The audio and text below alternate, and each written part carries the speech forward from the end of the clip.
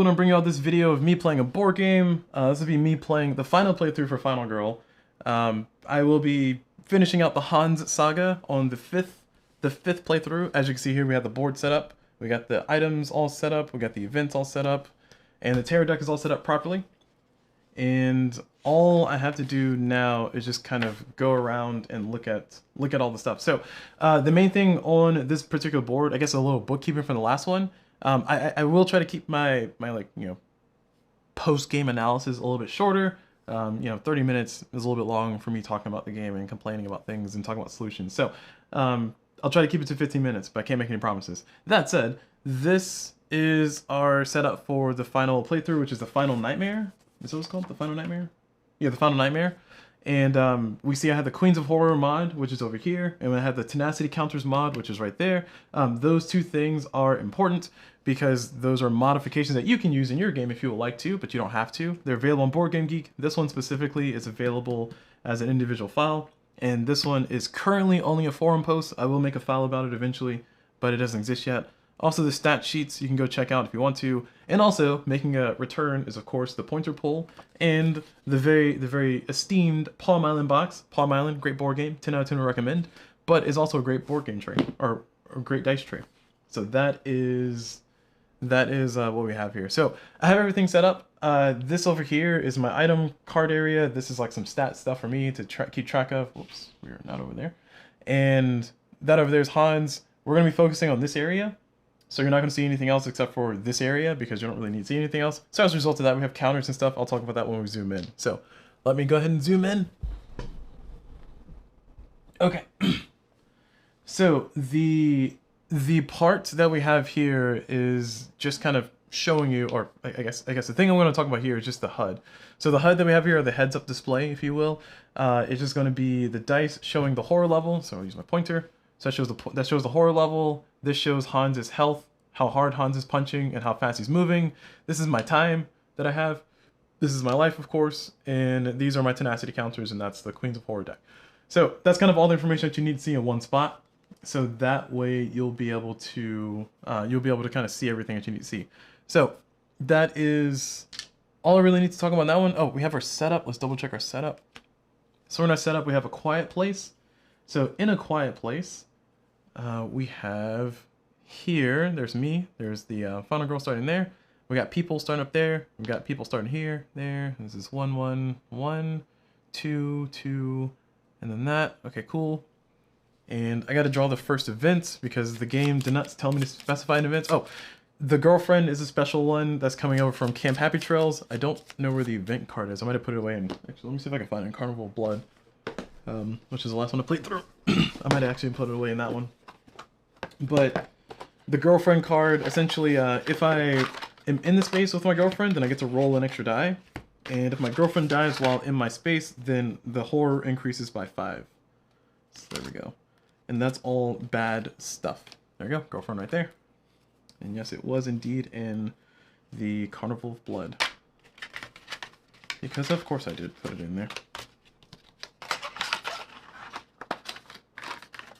Alright.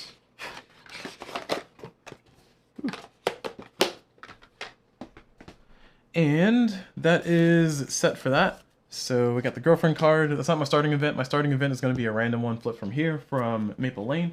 Oh, give me a second.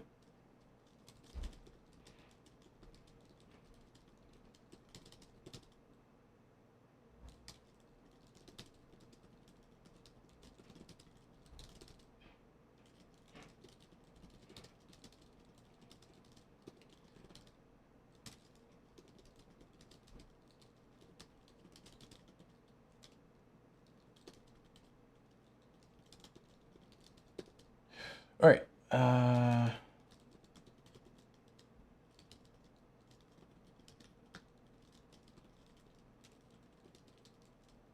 Okay, there we go. Sorry, I said this in a quick message. So we got all this set up. We got the items over there set up. There's a crucifix, odds and ends, megaphone, crucifix. The Queens of Horror deck has been set up, has been initialized already, so that's pretty good. And let's go and see what our first event is. We're gonna have Party in the Burbs. Oh no, That's more people. Put 4 new victims in any house that contains at least 1 victim. If none, then place them in the intersection. Well, that's a lot of people. So that's 4 more people. So we got plenty of people to try and rescue here. So I don't know where to put them. I can choose. I guess I'll choose the one that's furthest away. It says place 4 new victims in any house that contains at least 1 victim. I can kind of put them here in the corner. I don't want to put them here because the victims will not follow me into the killer space. Also, oh man, that's awful. It says put 4... So okay. This is the part I'm not sure on. So Party in the Burbs, if we bring this card up and just kind of take a look at it, and I actually might look us up on Board Game Geek, but in Party in the Burbs, if you look at it, it says place 4 new victims in any house that contains at least 1 victim. If none, place them in the intersection. My read on that is that I put all 4 in the same house. That's my assumption. So I'm gonna read that as putting all 4 in the house. I don't think there's any place that's super far away from Hans, so I guess I'm gonna put them down here. Wait. Knowing these item spots, the southeast and the northwest have a crucifix showing. So these are the top item cards here. So this is the southeast, which is up here. Nope, that's northwest. Oh yeah, sorry, northwest. The northwest has a crucifix, and the southeast has a crucifix. And I need a crucifix. In this scenario, I need a crucifix before I can actually hurt Hans. So if I don't have a crucifix, I cannot actually fight him. So knowing that I want to go into those places anyway, I might decide to put all the people either here or there. I don't really want to put them here because I don't have a way to move into the house. I cannot go, any house is occupied by anybody. I'm not allowed to go into unless I have a convince, because I have to convince them to let me in. So that means that I'm not going to be able to get into anybody's house until round 2 anyway. So knowing that information, knowing that I want to get into here or here, I think it might be a good idea to put them here, because that's where people are. I mean, there's the same number of people on both sides. The question is, do I want to save Lucy is the main question. And I think the answer to that one's probably not. Maybe not. I don't know.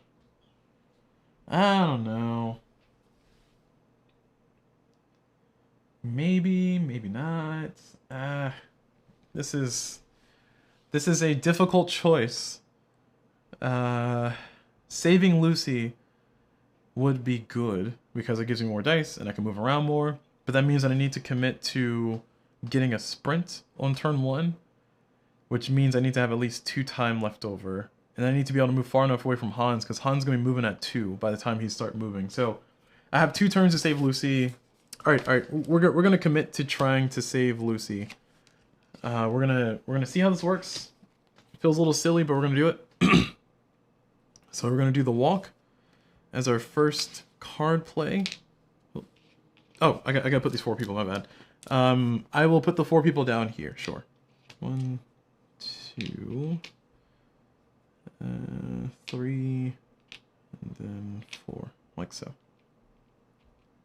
Yeah. So that's 5 people in that house. They're having a party in there. Alright, so now that I've done that, and now I can only carry 2 people with me, which means I'll need at least 2 convinces to get everybody out of there. Actually, I need 3 convinces to get everybody out there. That's awful. If the house is empty, though, I can just walk into it. So I'm doing the walk. I'm going to use the Queens of Horror deck as customary for me when I do my playthroughs. So I'm going to roll 2 dice or flip 2 cards, or I can flip 1 card, roll 1 die. I'm just going to go ahead and flip 2 cards. The deck has been initialized. Actually, okay, just to prove it to y'all, let me initialize it again. I'm going to shuffle 3 times. 1, 2, 3. Oh. We're going to shuffle another time because I accidentally saw that number at the bottom. Alright. And then cut. And then 1, 2, 3 up top. Over to the side. And let's fix this house that I broke. Oh, wait. Okay. There's 1 in each of these. The party is wild. The party is wild, y'all. Okay, so I'm doing my walk. I'm going to go and flip the top 2 cards.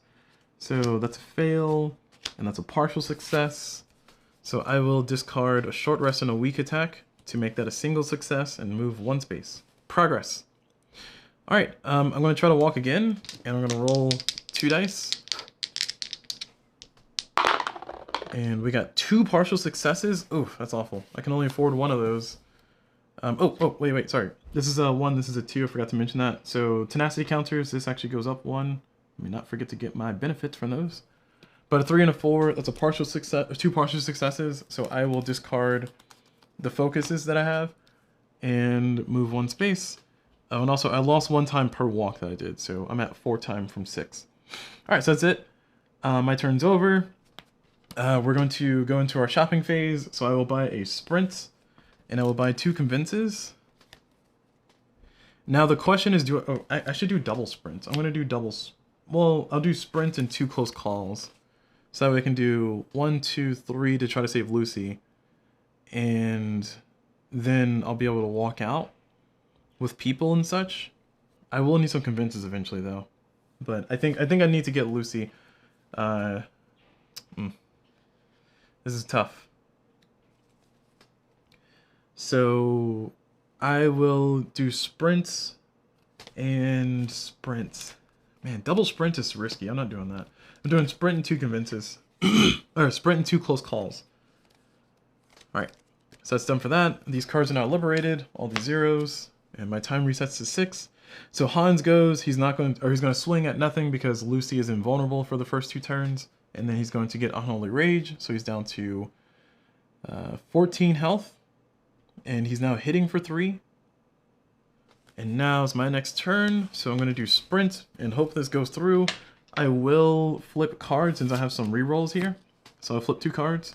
That's a shuffle indicator. That's a fail. That's a success.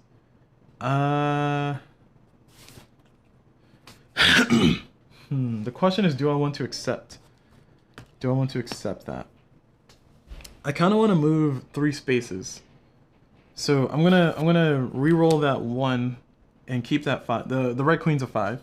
I'm gonna re-roll that 1. I'm gonna roll the dice because I haven't rolled many dice yet. And nice, 2 successes. Cool. All right, so I got this 2 successes I wanted. I lose 1 time total,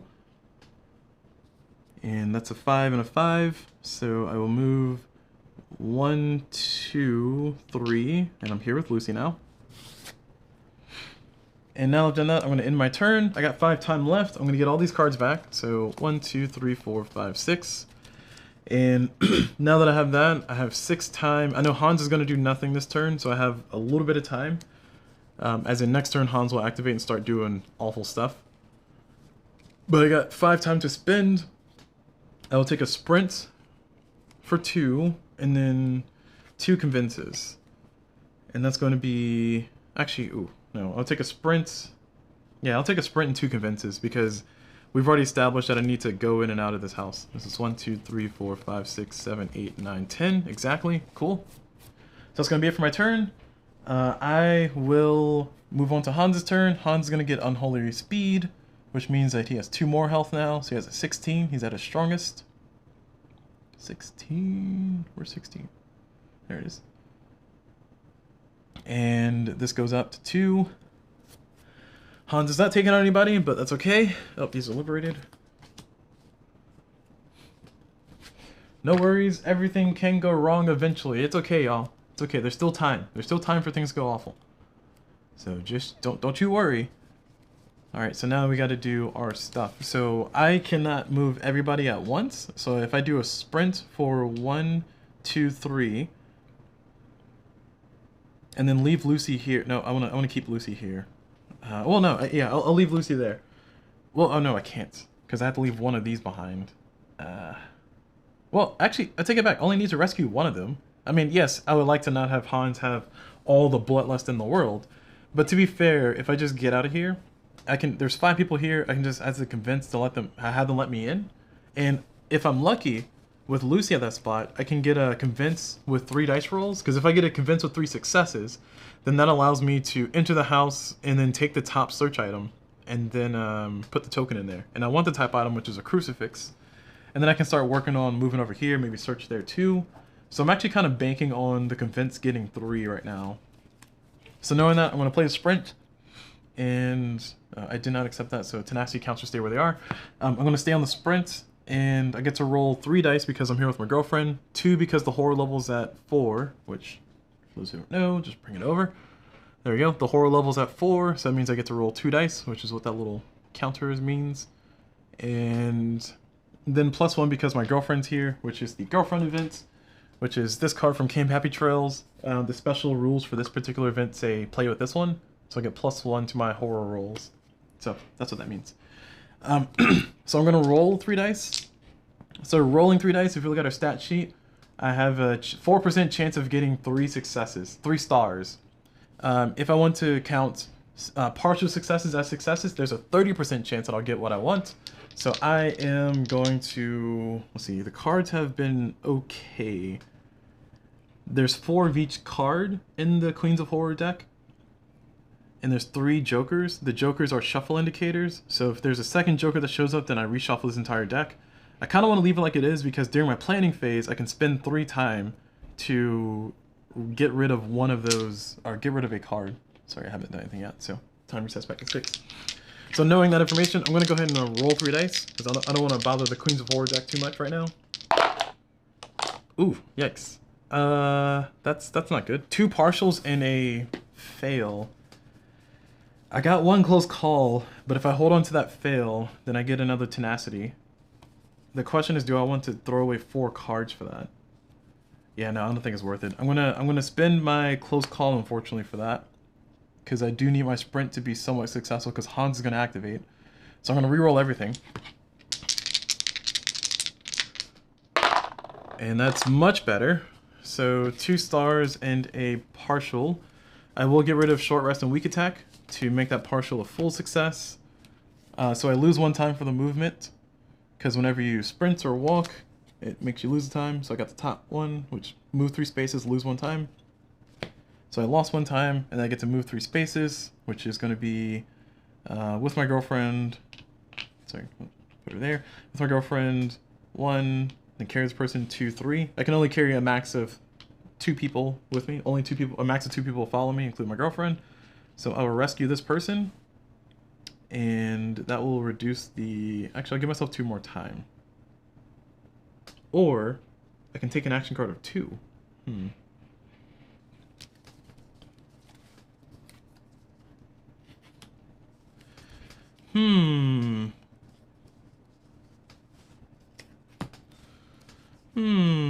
So the thing I'm kind of contemplating right now is if I take a card of 2, then I can give myself a sprint. No, I don't need a sprint. I can give myself like a search or something, maybe a guard, or I can get the other close call that's over there. Yeah, I think it's worth getting the other close call because I do want this roll to be successful. So now I'm really banking on getting these convinces. I'm really banking on these convinces being good. So I'm gonna go ahead and roll 3 dice. I need 3 successes for this to be good. I'm gonna roll 3 dice. And that's a fail and 2 partials.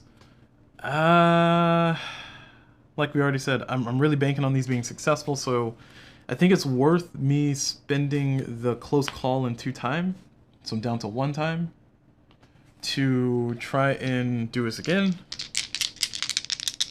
And this is where things kind of become disastrous.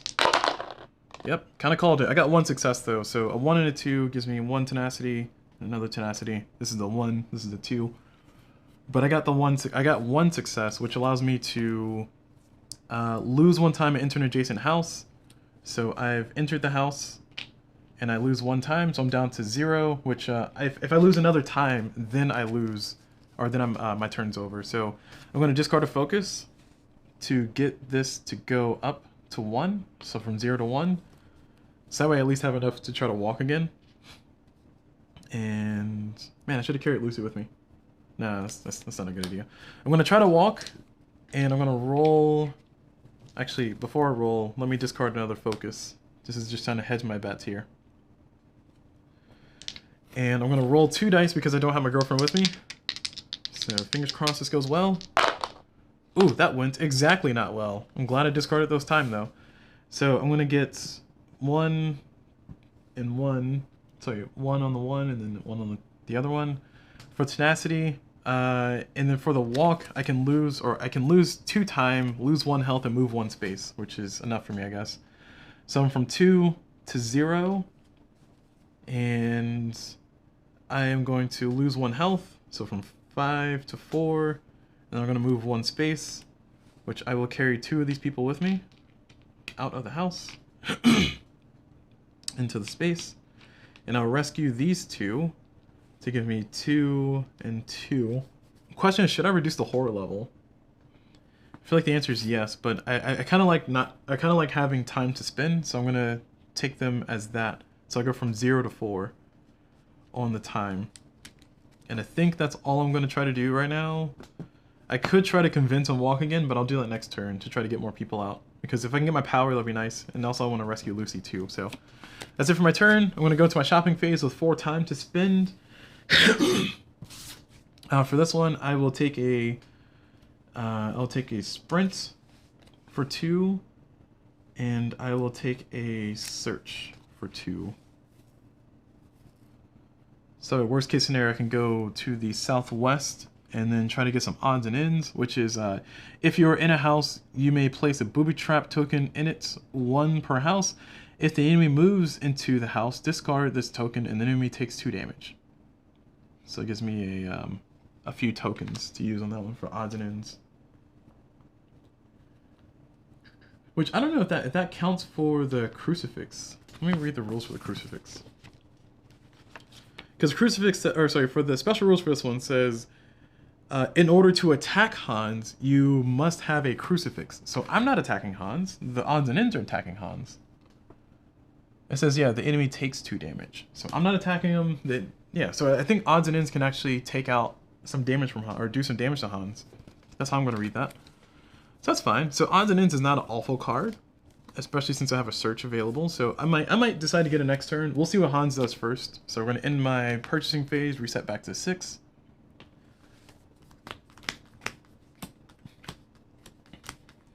And there we go. So it's all set. Use my 4 cards, and now Hans is going to activate. Hans is going to swing at people based on Hans's horror card, or card, which is swing at somebody in a space, which is nobody. And now we're going to flip over the first terror card, which is he just keeps coming. Raise the horror level by 1, so from 4 to 5. 4 to 5. And Hans will target the closest victims to him. If there's a tie, he'll go to the place with the most victims. This is the closest one, so he's going to walk in there. And he's going to slash that person. The first casualty, first blood. Next kill, Hans will increase the horror level by 1. So I do need to start worrying about managing that here soon. But for right now, I'm going to go, it's back to my turn. So now that Hans is all done, let's just do it this way.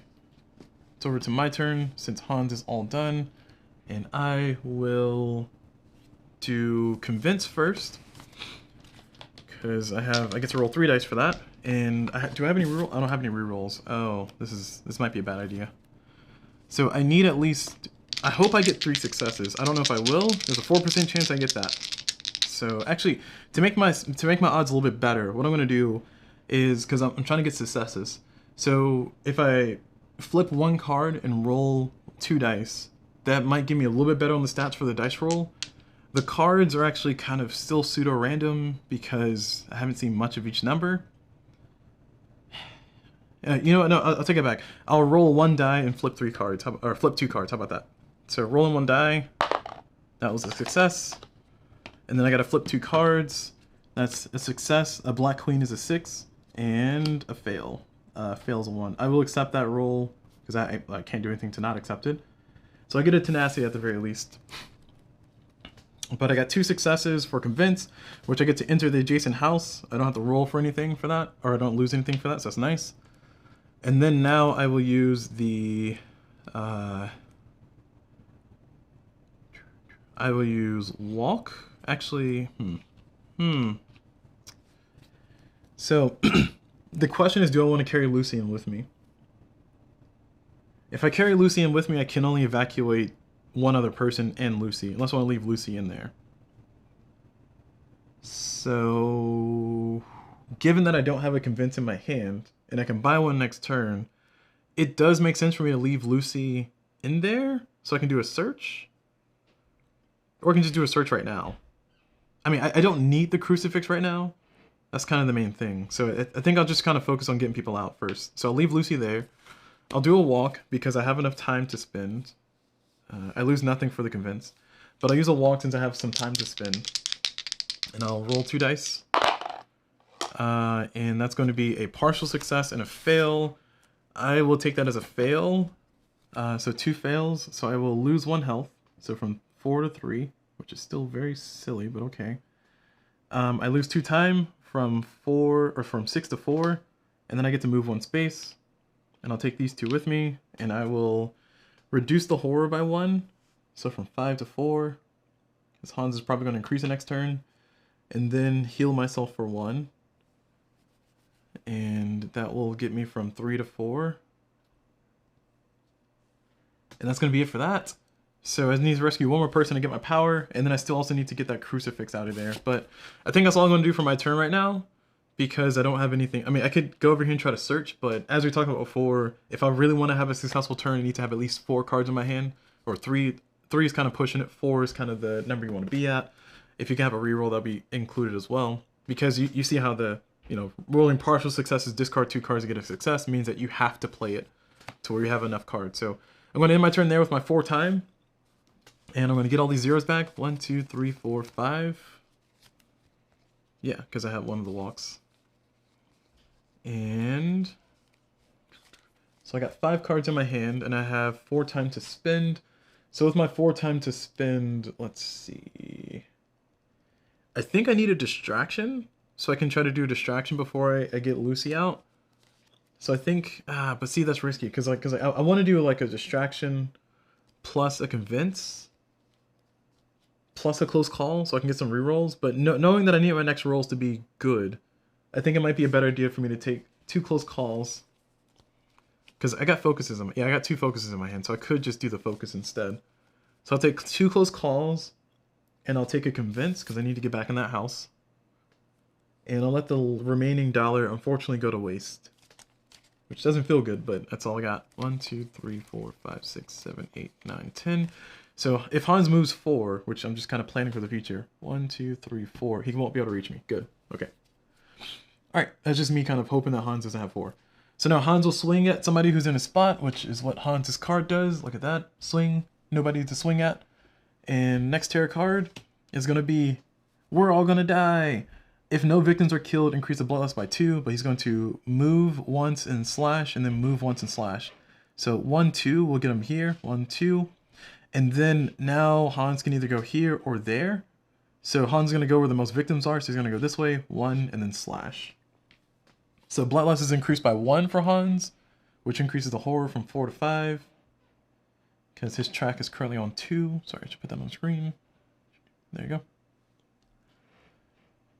And that is not ideal, but it could be a lot worse. Could be a whole lot worse. So let's hope that we don't let it get to be worse. So these cards are liberated, by the way. So now let's go ahead and do our thing. I'm going to try to convince, so I can let this person lets me in. Hopefully I get the 3 that I want. I'm going to roll the dice this time. Just 3 dice rolling. Come on, good dice. That is not good dice. That's 1 full success, 1 partial, 1 fail. I think I will re-roll. So I'm going to play a close call. I'll play a close call, and I'll play the close call to re-roll just 1 die, which is the 1. So I'm holding on to that 3 then. And hopefully this is good. Okay, that's not great, but I'll take it. Because I'm doing convince, because I need that to be successful so I can do great things, I'm gonna discard 4 cards, which is short rest, weak attack, and I really don't want to get rid of the search, but I don't need it at this second per se. I mean, I need it, but I don't need it, you know? This is challenging. What is Megaphone? Megaphone is in the northeast, and it says once per action phase you may move any victim on the board 1 space. Oh, that's actually pretty cool. I mean, it's not useless, But I'm about to rescue the right number of people, which is good because that means that assuming that Hans kills everybody and it's only one bloodlust per kill, assuming it's only one, that's 1, 2, 3, 4, 5, 6, 7, 8 bloodlust. So Hans will be maxed out by the time we're done with this. And I kind of don't want that to happen, so I need to rescue more people. So maybe I need to invest in getting the megaphone so I can move people out of their house. But at that rate, I'm going to get rid of the focus and the walk. Oh, nope, I need the walk. Because I need to walk out of here. Oh, I got a sprint. I'm going to get rid of the... get rid of the focus and the walk. Actually, I'm going to get rid of the focus and the sprint. Nope, focus and the walk it is. Because the sprint can allow me to move 2, and that means that I can go from here 1, 2 to get there. So I'm going to do the... I'm coming into the house with a convince. I have 3 successes because I have 1 star. I discarded 4 cards to get that 2 extra successes. So that means that I get to enter the house, and then I can take the top item, which is a crucifix, which I critically need to make sure I can actually hit Hans. So the crucifix in this one, what the crucifix does, it says discard to ignore any horror level increase or end the enemy's movement when they're in an adjacent space. But the main thing about the crucifix is that for the scenario, I need to have it in hand before I can actually hurt Hans. And that's for me to actually attack Hans specifically. So that's important. So I got that, and we've searched the spot. So we put this here. And that was the convince. Now I need to hopefully sprint across the street. And what I'll do is while I'm sprinting, I'll try to do like 1 drop off the victim. Let's see, 1, 2, 3, 4. Yeah, that's fine. So 1, drop off the victim and get my ability, and then move here. Actually, well, it doesn't matter. I was gonna lose a card anyway, because the next person I rescue, I get to move 1 space anyway. So I was gonna say, man, I messed that up. Also, just to clarify for people who don't know, on Maple Lane, if there's nobody in the house, you can just walk in. You do not need a convince to walk into an empty house. You only need convince if there's people in the house, which is why megaphone would be nice because I can pull people towards me, but that's a future thing. This is in my hand as well, so here we go. All right, so I will do the sprints. I will do this as a card flip. I got 1 close call in my hand, and I've lost no time. Is that right? 1, 2, 3, 4. Yeah, I've lost no time. So I'm at 6 time. So I'm gonna flip 2 cards. That's partial, 2 partials. I will play a close call and lose 2 time. And I will flip 2 more cards, because these cards gotta be good. Another partial, and a fail. Alright, I will accept that, because I have to. And then it's gonna be a 4. And I will take that as a fail. I don't know why. I should have taken it as a fail anyway. Because, yeah, we just talked about I'm going to get the movement anyway. Oh, wait, no. If I fail on a sprint, hold on. If I fail on a sprint, actually move 1 space, lose 1 health, lose 2 time, and my turn ends. Actually, no, I don't want to take it as a fail. I do need to make that a success. So I'm going to discard these 2 cards to search in the focus, which is unfortunate. And I will walk us out of here. So I'll rescue this person to get my ability. So I will now have my ability, which is whenever I inflict damage to the enemy, inflict additional damage, which is nice. And then I can move 1 extra space because of the person I put down, so I will move here. Actually, I have 3 movements, technically.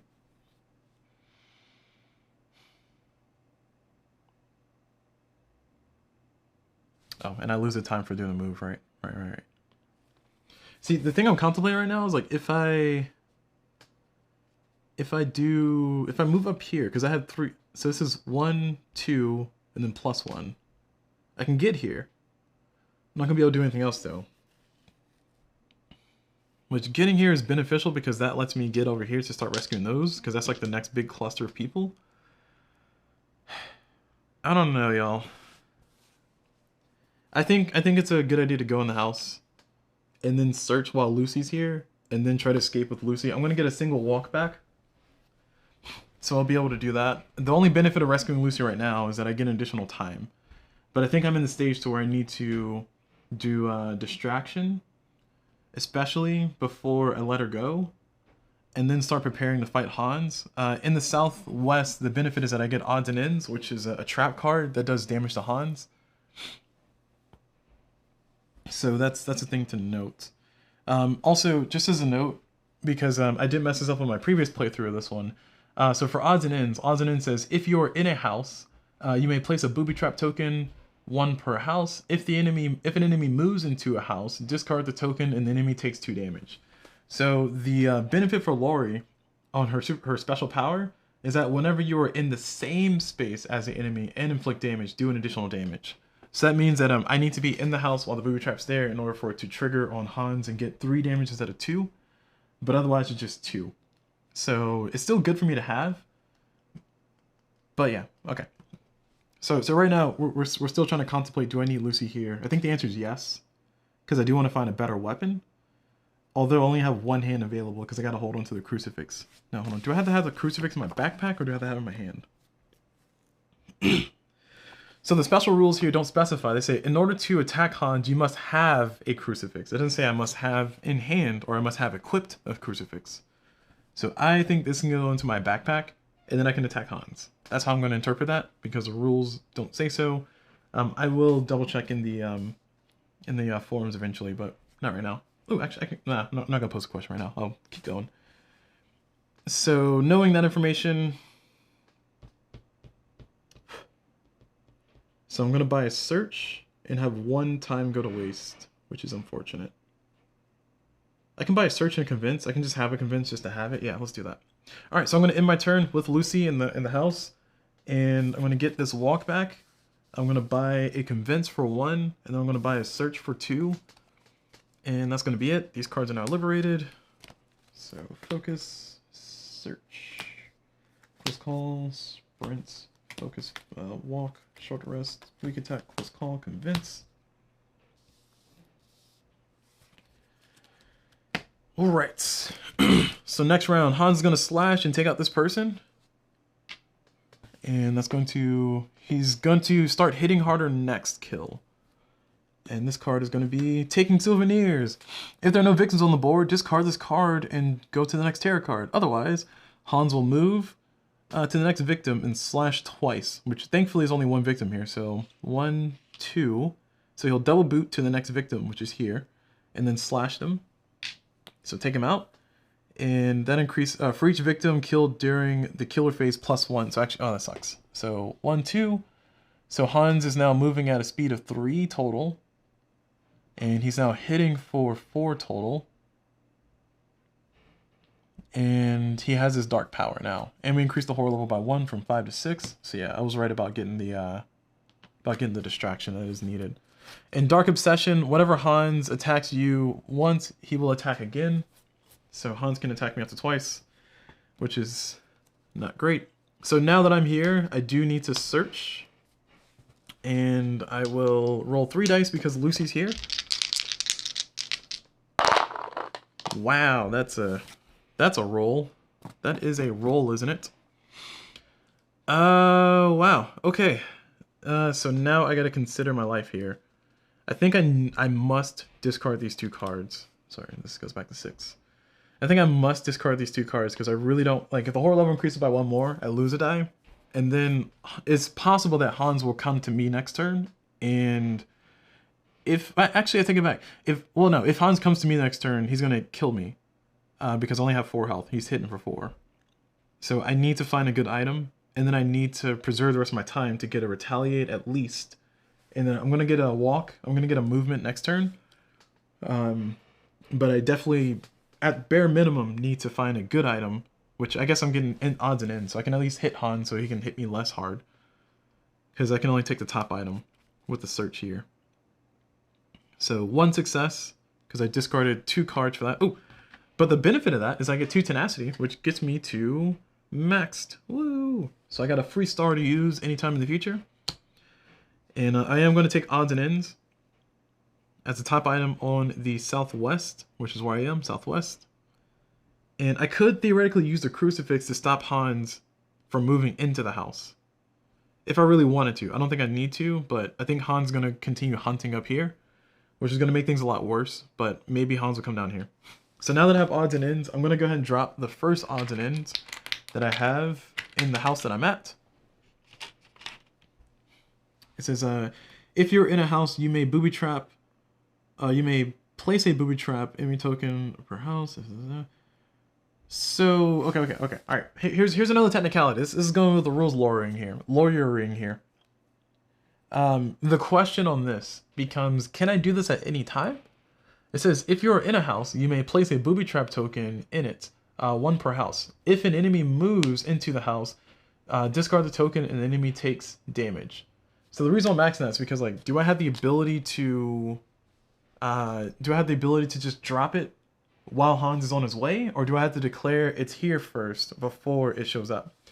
That might be a thing on printing. I did read in the forums at one point that some of the cards are a little bit more vague than the designers may have intended because they didn't have space on the cards to put all the information on it.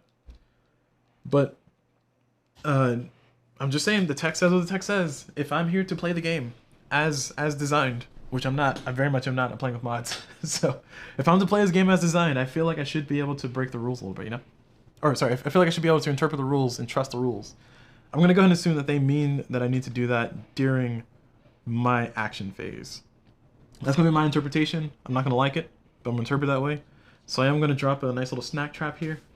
I can only do 1 per house anyway. So best case scenario, Hans walks into it. Where did I put the tokens? Oh, they're there.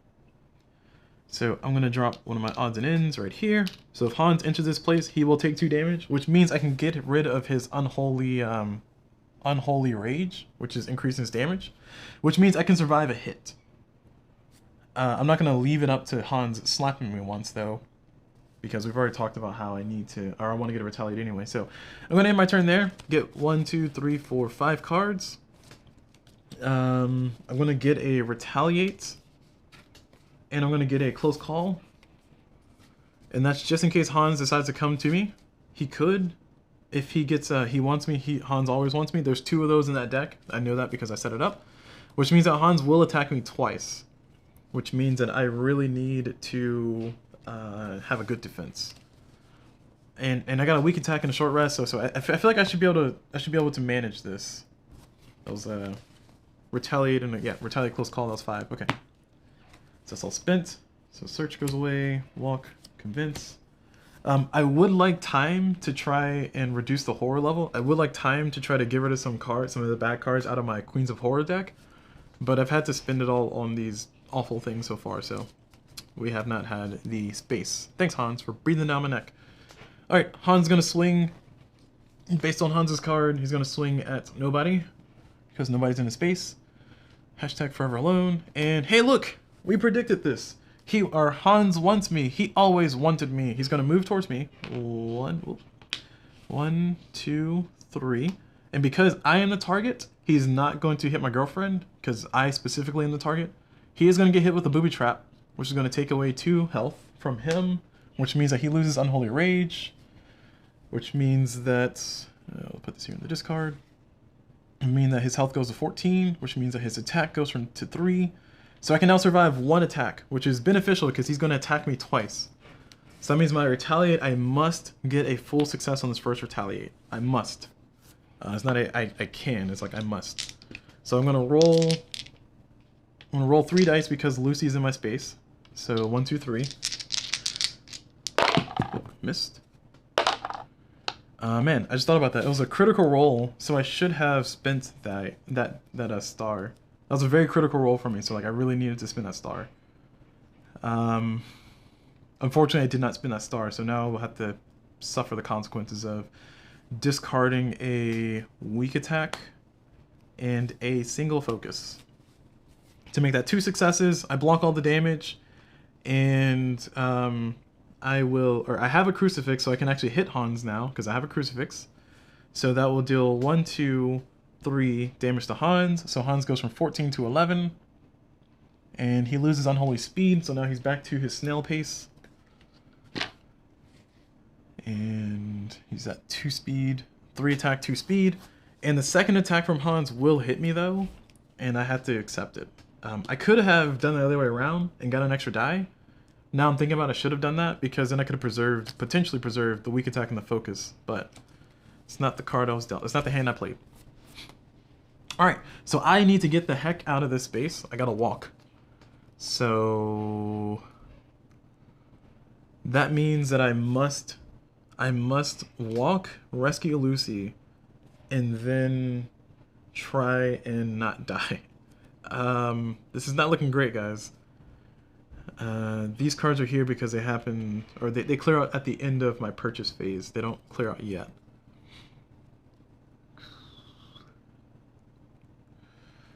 So I really want to rescue Lucy now. I do want to I do want to get a short rest in since I have 4 dice. Actually, yeah, I do want to get a short rest in since I have 4 dice here. Because I get +1 because I'm on my last health, +1 because of girlfriend, and +2 because of the current horror level. So I'm gonna roll 4 dice, and the chances of me getting 2 successes, which is what I really want, chances of me getting 2 successes are 41%. So 41% chance. Let's see if it works out. Once again, another critical roll. I should have used that star. I keep forgetting I have the star because I'm wasting tenacity at this point. The only way for me to get that is to discard the close call and then make that, or cash that in instead. Yeah, I'm gonna discard a close call. I'm gonna re-roll this 3 here, and I'm gonna spend this as that re-roll. So I accept this roll. Where's the 5? There we go. It doesn't actually make that number 5, it just makes it a success, by the way, just to clarify. But I get a tenacity, so just kind of gaming the system a little bit, what little bit I have. And that short rest heals me 2, so I go from 1 to 3, which I'll still die in 1 hit, but hey, at least I have a little bit of wiggle room. And then next, this is the next critical roll, which, if I don't make this one, I die. That's not true. I have a little bit of health to work with, so I get to roll 3 dice since I'm at +1, +2, so 3. And my goal is to rescue Lucy. Hans is going to attack me next turn, so I need to get guards. And I got 1 success and 2 partials. I cannot make those partials anything else, so I get to move 1 space and lose 1 time.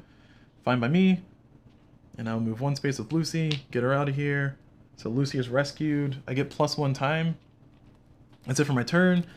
Now I need both guards, and I need some sprints, because I do not want Hans to, I want Hans to kind of chill out for a little bit, you know? That'd be great.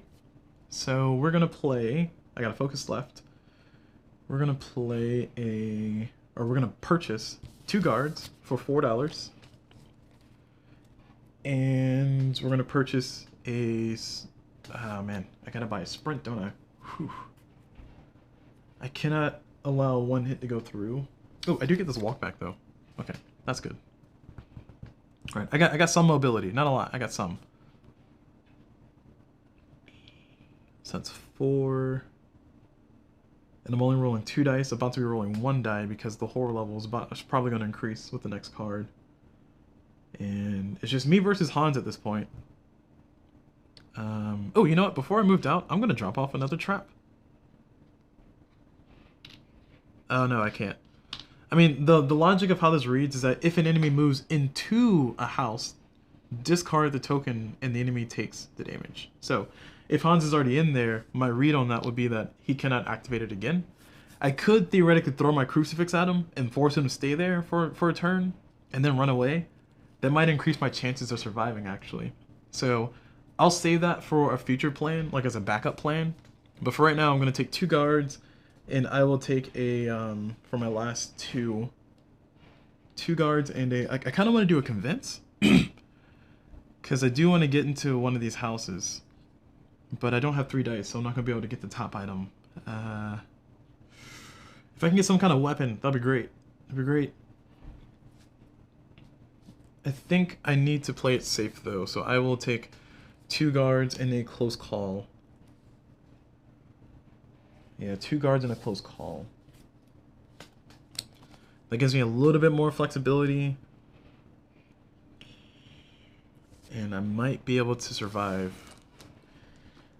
Or I was gonna say, or I could take a long rest now. I won't be able to survive. I need to make it this round first. No, I'm here. Sorry. So the real question is, do I want to discard my crucifix this turn to stop Hans from moving? And if I do discard my crucifix, then I need to go find another one before I can actually hurt him again. He's down to 11, which is quite a bit, actually. but he's down to 11 because he took 2 from the snacks and he took 3 from me because of retaliate. So I don't know, guys. I don't know. This is getting a little difficult here. Hans's finale is going to be, I think it's Bloodbath, which means he attacks twice. So because of Bloodbath and Dark Obsession, he's going to attack 3 times. So I kind of don't want him to be able to kill everybody else. Because if his Bloodlust stays where it's at, I can deal with this. You know, I got a little bit less health than I want, but I can make it. Lucy's no longer with me. You know, my girlfriend has been evacuated. And if I roll another 1, I get another guaranteed star. So that is another factor to consider. I feel like I haven't been using my resources very well, but I don't know. Alright, okay. I have committed to 2 guards on a close call. Actually, I lied. I've committed to 2 guards in a sprint. That doesn't feel good. Because a fail on a guard reduces the damage by 1, which means Hans hits me for 2. And then another fail on a guard, I will die. And then if I fail on a sprint, I lose a health, and I lose 2 time on my turn-ins, or I lose a health in that. So I might die by trying to play sprint, is what I'm trying to say. Not that it's happened to me before, but it totally happened to me before. So I'm gonna take the risk. I'm gonna try to hold on to my crucifix. It depends on what card comes from Hans. If Hans comes out swinging twice, then I gotta play my crucifix, because otherwise I'm not gonna have another turn. So I am prepared. I am as prepared as I can be for Hans to do awful things. So it's gonna be it. These cards are liberated.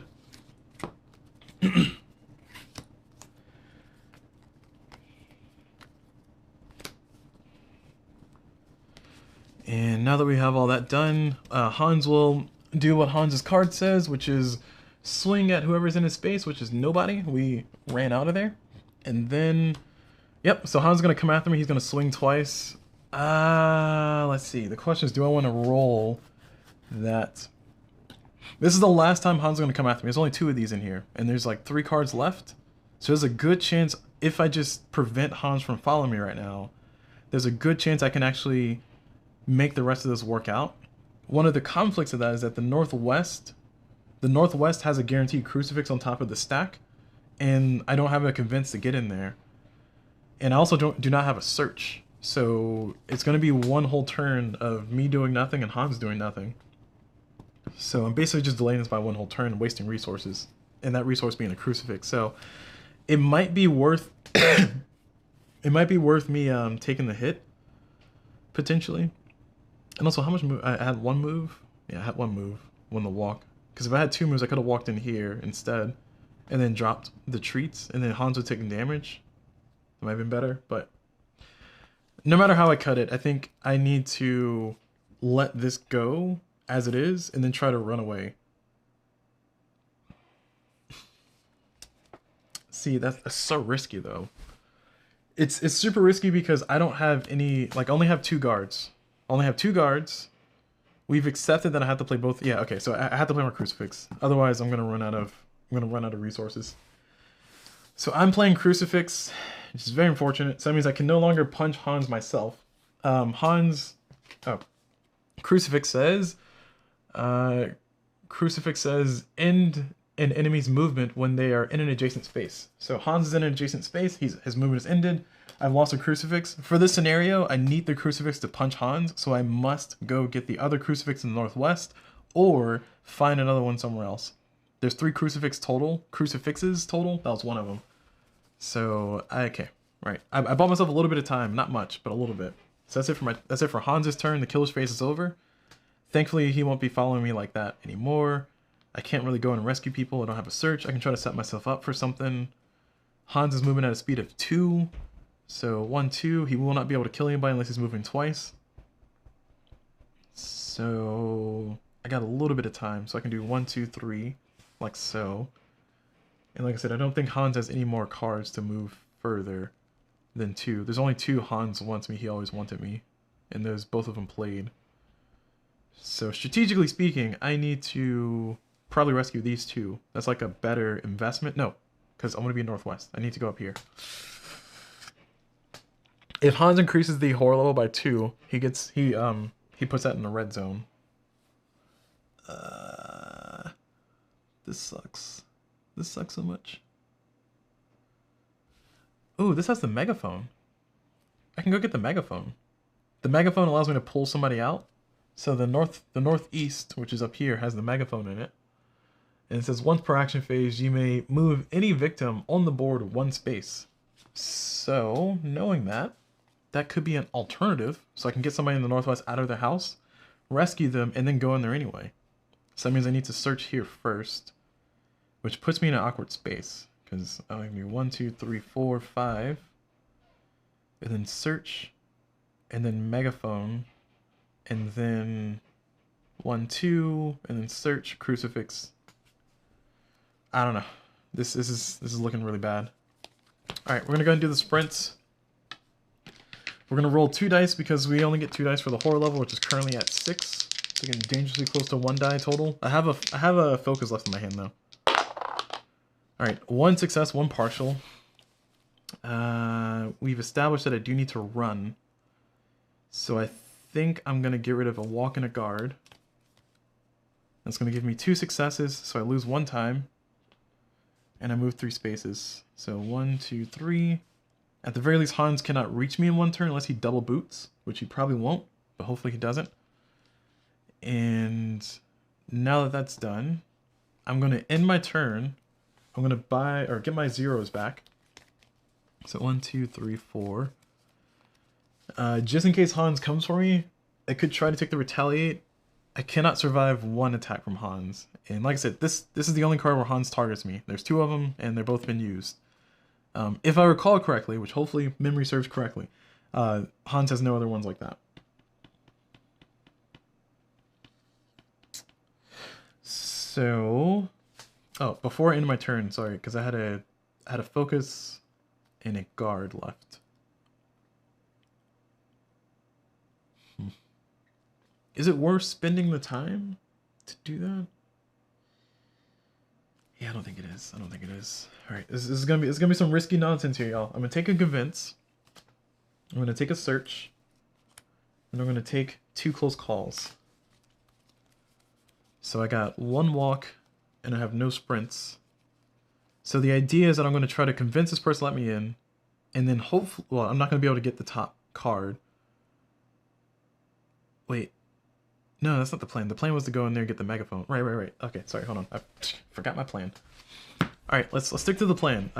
I need a search and a sprint. And we're assuming Hans cannot reach us. If Hans can reach us, I will die. And that's my own fault for not planning correctly. But I'll take a search, a close call, and a sprint. And the goal is to get into one of the houses. Get into one of these houses, get the megaphone, and then pull one of the victims out of there. And then rescue them for a bonus time to kind of make up for the time that we're going to lose. And then after that's done, hopefully Hans has, stayed down here and mauled around down here some more. And then I can go in and do some more stuff. Also, I've searched 2 places. I forgot to put this down. Yeah. Because I searched here and searched there. Alright, we're going to commit to that. That's 2, 3, 4, 5 time. And the guard I have from last time, and these are all the zeros. Yeah, we're committing to that. Sprint, guard, walk. Alright, come on, Hans. What are you going to do? He's going to swing at his spot, which is what his card says right there. And just to clarify, the reason I keep bringing this up is because, and I say this every time, it's because different killers have different things on the card. Hans specifically just swings at his spot. He does not move before he swings. The Ghost, which is the next one I'm going to be playing, the Ghost will move first. Yep, that's what I expected. Alright. Well, the horror level's at 7, so we're in the red zone. I roll 1 die now. Good thing I got 2 focuses. So I can hopefully make that not awful. Hans will move to the nearest final girl or victim, so he'll move his movement speed, which is 2. 1, 2. Good, and he stays down there. So now I need to focus first. I need a star. I'm gonna roll, and I got a star. Thank you. 33% chance that happens. I lose a time. So from 6 to 5. And then I get this down to yellow again. And I got 2 dice now. I need to convince... Nope. Nope. Right. The plan. I keep forgetting about the plan. The question is, do I want to walk or do I want to sprint? Sprint, 1 success gives me the minimum that I need to get into that house. The walk, I need 2 successes. So I think it makes more sense for me to sprint with 2 dice. Should I card? Let me see. Let me check out these cards. I might card. Because we have only 2 queens out here? Oh yeah, I'm gonna card. There's 2 queens. There's how many reds? 1, 2, 3, 4. There's 4 bad cards down here. And there's 2 queens. So that means there's potentially 6 queens left in the deck. So there's a good chance for me getting successes from the deck right now. So I'm gonna draw. That's 1 success. And this is gonna force me to shuffle because there's 2 shuffle indicators in the discard. There's 1 earlier. I think there's 1 earlier. Yeah, there's 1 earlier. So 2 jokers in the Queens of Horror discard means that I must shuffle. So I got 1 success though, and I have to draw 1 more. And I'm still committed to drawing that card. So taking that, the deck, the discard, and what was taken out randomly. Shuffle 3 times. 1, 2, and 3. Then we cut. 1, 2, 3. Alright, 2 successes. Perfect. Oh, kind of not perfect, because I don't need that extra move. That's unfortunate. So, I've reset my odds, which is not great. And then I have a wasted move, which is also not great. I want to stay in this area, though. So, 1, 2. Very unfortunate. Very unfortunate. And now we're going to search. So this is us doing a search. I'm going to roll 2 dice. Whew! Have you ever seen a worse roll? What are the consequences? Increase the horror by 2? Oh no, no thank you. We're close call on that. So for the sprint, I should have lost the time. And then for the search, I am playing a close call, so I'm spending 2 times to reroll all of this.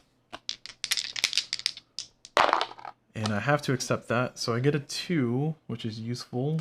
Somewhat, but not really. I can discard 2 cards and make that 1 success, which I just want the megaphone anyway, so I guess it's not that big of a deal. Excuse me. I will discard the walk and weak attack. Reason being, I'm going to short rest now and heal so I can survive at least 1 attack from Hans. And then I'm gonna try to hold into this focus. Because this focus is really important for me to reduce the horror level if it goes back to 7. Which it could very well go back to 7, especially if another card like that comes out. So the search was successful with 1 success, so I lose 1 time. And then I take the top card of the deck, which is the megaphone, which is good. Oh, I'll place treats here. And good. And basically, I'm just gonna wait for Hans to come to me, or just kill more people, because actually, oh no, I'll take it back. Well, 1, 2, 3, 4. Yeah, there's no chance that Hans is gonna target me before the people, because like I said, there's only 2 of the cards where Hans targets me specifically. So I'm gonna save my treats. I'm gonna save my snacks, because I don't think Hans is gonna come after me. That's my gamble. That's my gamble I'm going with. But the megaphone I am going to use to pull this person out of the house. That way next turn, if I get some kind of movement or some kind of sprint, I can go 1, 2, like rescue them and then search in that place. So knowing that I want to eventually rescue that person.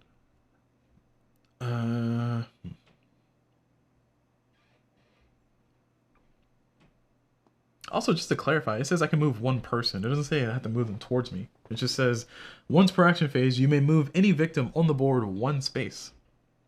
So I can, like, walk people up to me, or just kind of try to set it up to where they're, like, blocking for me, you know? Set up, like, a defensive line. A trail of victims for Hans to munch on. Whew, that sounds awful. Alright, anyway. In this case, Hans is going to go there, because that's the closest. And, yeah, not those. Okay. So I can slowly make it to where Hans, I can manipulate the AI to where Hans is worried about them and not me, which is fine. So I'm ending my turn. Oh, no, I got one time. I need to discard something. We said I was going to short rest. I'm not going to short rest. I'm going to discard this for a time, though. And then I'm going to end my turn, which I'm going to get this walk back. And I have a guard, focus, walk. I'm going to buy something for 2. You know, in hindsight,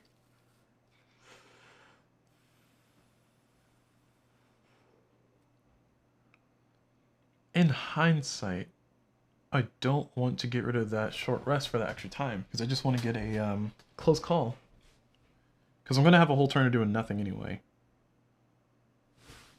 Alright, fine. Fine, that goes back into my hand.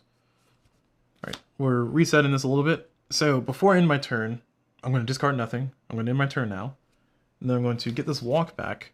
I'm going to buy a single close call. So that's all that's available in my purchasing pool. And I'm going to hold on to what I have here. So I'm at 0 time because I spent all my time. So these all clear out. Now the hope is that my walk is a double, but even if it's a single, I can still walk across. And then I got the focus ready because the horror level, if it does increase for some reason, then I can remove it or reduce it back down to 1. And I got a little bit more card resource in my hand. So we're okay with this. So now it's the end of my turn. This is resets to 6. Hans is going to activate and swing at nobody. We're going to do the next terror card, which is it came right through the yard. Oh no. This is actually not good. So it came through the yard. He's going to target the nearest final girl or victim. And he's going to walk towards him, slash. If the killer is in a house, move it to any other space in the quadrant with the victim, and then draw on events. This could actually be really, really, really bad, y'all. This could be really bad. This could spiral out of control.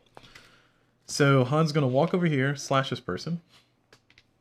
And that's going to increase the horror level, or increase his bloodlines by 1, which does nothing currently.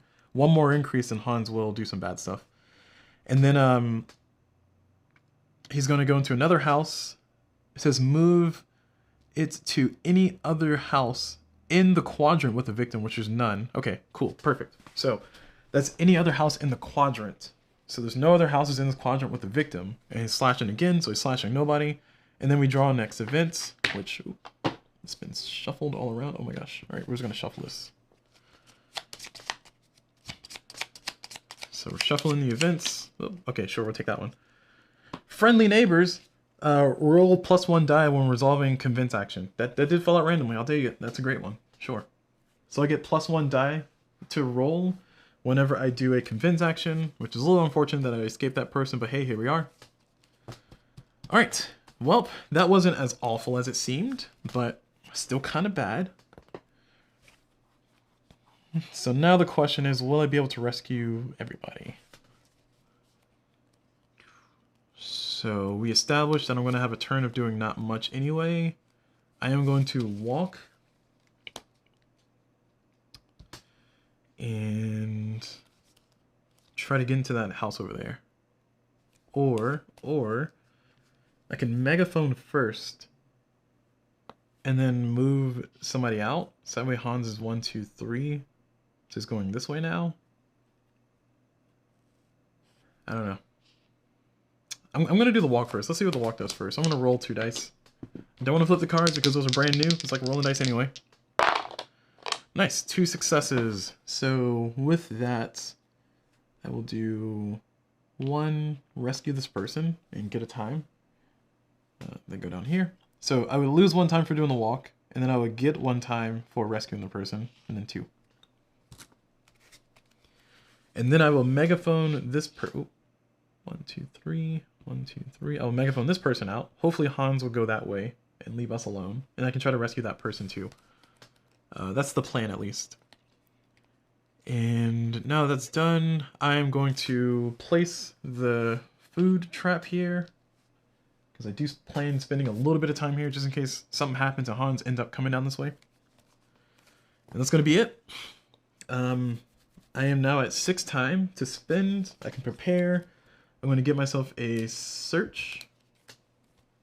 I'm going to get myself a, so a search for 2, and a furious, oh no, I need a distraction for 3.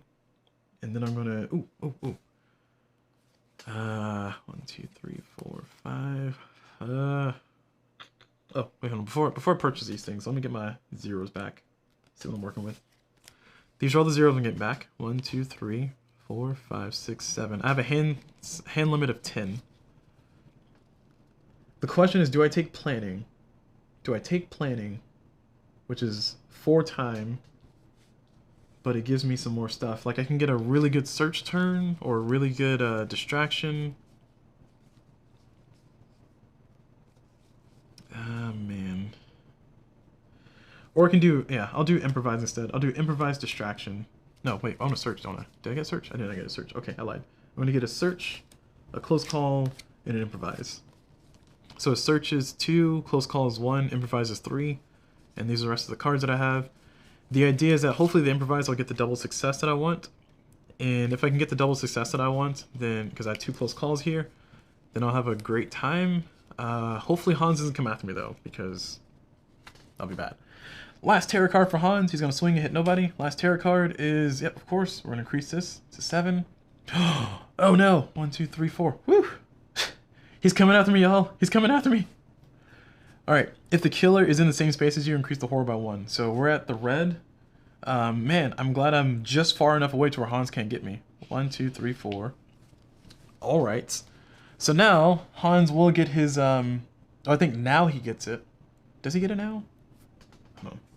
Let me figure out the trigger for this, because I've always interpreted the trigger on the next time he draws a tarot card, so I have like 1 whole turn to rest.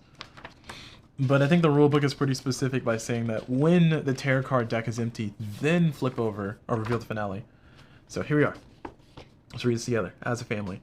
When there are no tarot cards left in the tarot deck, the finale will be revealed during the upkeep phase. Yeah. So there's no tarot cards left. The finale is revealed now. Bloodbath, which is, I'll just put these here. Which Hans will move to the nearest person and swing at them twice. So suddenly I'm in a very bad spot. I do need the crucifix, and I would like for Hans to walk into the space so he can take a hit. 1, 2, 3, 4, 5, 6, 7, 8, 9, 10. I got 10 cards. This is the stressful part. Alright, we need all of our dice rolls this turn to be as good as possible. So I'm going to improvise first. I'm going to roll... Oh, no, I need to focus. I'm going to focus first. I'm going to roll 1 die. That's a 2. I have a reroll. I will use my close call. It's a shame that I'm spending so many resources on one itty-bitty dice roll. Oh, missed. Partial success. I will accept it and discard a focus and a walk. I should do a focus and a... Yeah, focus and a walk. There's no way Hans can increase the horror level unless he kills another victim. And... I can... Okay. So I can make it to where Hans will kill this victim next. By using Megaphone to pull this person out, then Hans will go down here. Because whenever Hans has a tie between Final Girl and Victim, Hans will choose Victim first. So that means that I can kind of coax him to go that way and leave me alone for like a turn or 2. And if that's the case, then I can go ahead and drop my weak attack and short rest. Because now at this point, Hans is completely predictable. There's nothing special about what Hans will do. So I think I'll have to sacrifice victims. He'll hit a lot harder, and the horror level is going to increase more now. But I think that's the best thing I can do. So I'm discarding short rest and weak attack. And we're going to reduce my time by 1, reduce the horror by 1 to 6. And now we're in the stage of things. I am going to search. Oh, improvise. I'm going to improvise, and I need this to be at least 1 success. I don't need 2 successes. I just want to search once. Oh, jeez. All right, let's discard 2.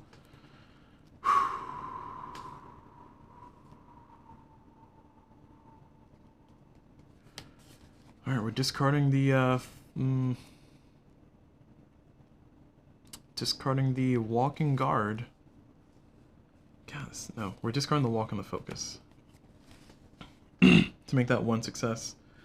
So now I get, until this action phase in, oh, sorry, I get, for the next horror roll only, 3s and 4s are successes.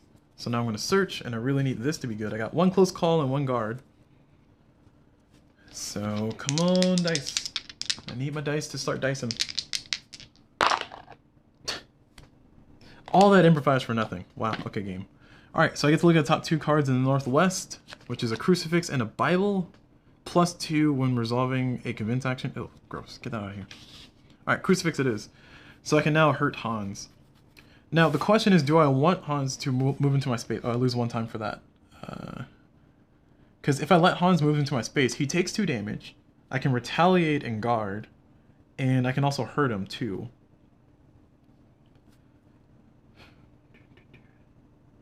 The problem is I'm not going to be able to move out of the space. And I'm not going to be able to move far enough away from him. Because he's going to move... Is he going to boot twice? Yeah, he's going to boot twice. He's going to move forward. Yeah. I think I do not want Hans to interact with me. So I will have to sacrifice the victims. So I'm using the megaphone to move a victim. And they're going to do my bidding. Otherwise I have to burn the Crucifix again. And I don't want to. I want to try to get ready to fight him. So I do want Hans to walk into the space. But I want enough turns. So I'm going to like bring Hans this way. So Hans is going to attack this person. I'm going to megaphone this person. Hans is going to attack that person. And megaphone this person. Hans is going to attack that person. And then megaphone this. So I have 1, 2, 3, 4... I have 4 rounds to kind of make it through. So that's what I'm looking at currently. So we'll see how things go.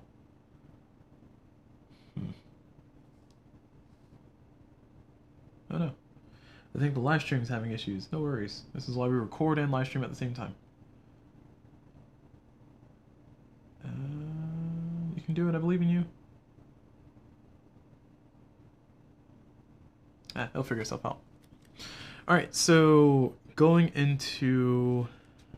Let's see. Yeah, that's what we're going to do. So here, here, here, here. Alright, so I'm megaphoning this person out here, so that way Hans will go down that way. And then we will we'll continue our journey. God, this is kind of a nightmare, to be honest.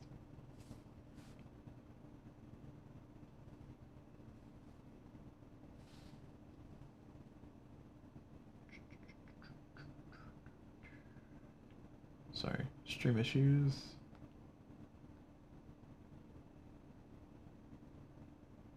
Don't know what that's all about.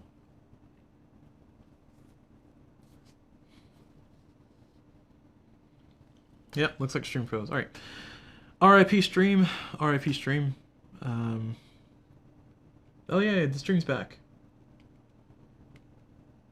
Nice. And it's currently skipping a bunch of time, but it's playing all the cache. Alright, got it. So we're back.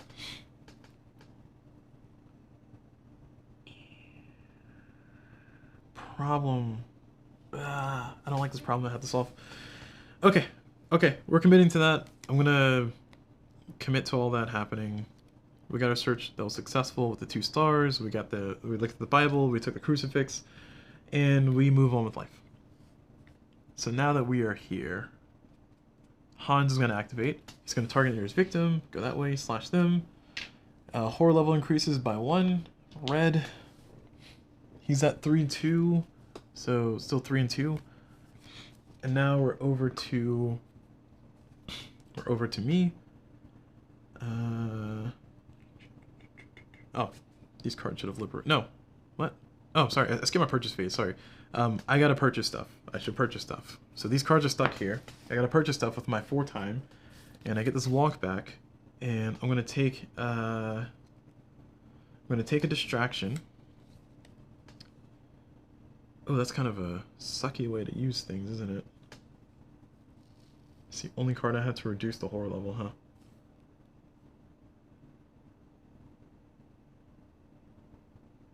Yeah, you know what? I'm gonna take a Furious Strike. I'm gonna start preparing to fight Hans.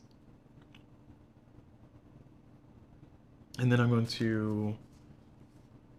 Because these 4 victims are a foregone conclusion. So Hans is 1, 2, 3, 4, 5, 6, 7... 8, 9, 10. So Hans will be able to 8, 9, 10. Yeah, Hans will be able to max out. So he'll be moving for 3, hitting for 5. So that means I got like 1 turn to take him out. Only 1 turn to take him out, which is like the worst. So I'm gonna buy a Furious Strike. Let's see. Okay, how much damage do I need to do that? I got 2 turns technically, but still. So Furious Strike at good will get me this. So I need 2, 3, 4. So what I'll do for my turn, because I think I got this walk back this turn. I had a guard and a close call. I'm gonna discard this and get 5 time. Because we've already established Hans is gonna go that way.